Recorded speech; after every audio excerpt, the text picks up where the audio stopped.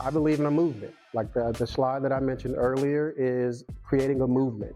We all know that when you have raving fans behind what it is that you do, it spreads like a virus, right?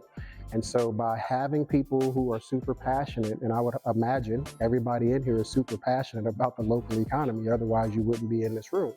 So by creating small movements all across the country, that's what allows us to basically go into these local economies and be able to kind of plant our flag, if that makes any sense. And we keep the big boys from being able to come in because our message to the local businesses that we're talking to, that message is so important. Right, saving the local economy, making sure that your legacy doesn't die. When you use like that term with a business owner, your legacy doesn't die.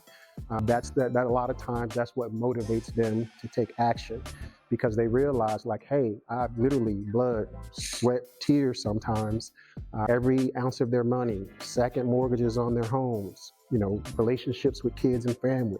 When you start to make sure that they understand that all of those 25, 30 years of all the pain that you went through is going to die if you don't do this, a lot of times okay, this makes sense to me now. And so I think that message and us creating a movement behind it is what will allow us to keep the big boys out. And then that way, when the big boys do come in and try to talk to that business owner, chances are they're not using probably that kind of language and approach that we're using. That business owner will think about us before they'll allow the big boy to come in. It's because we're local.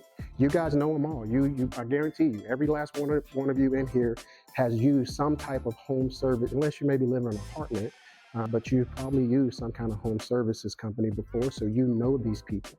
And you probably go to school with them, or your kids go to school with them, or you go to church with them, whatever the case may be.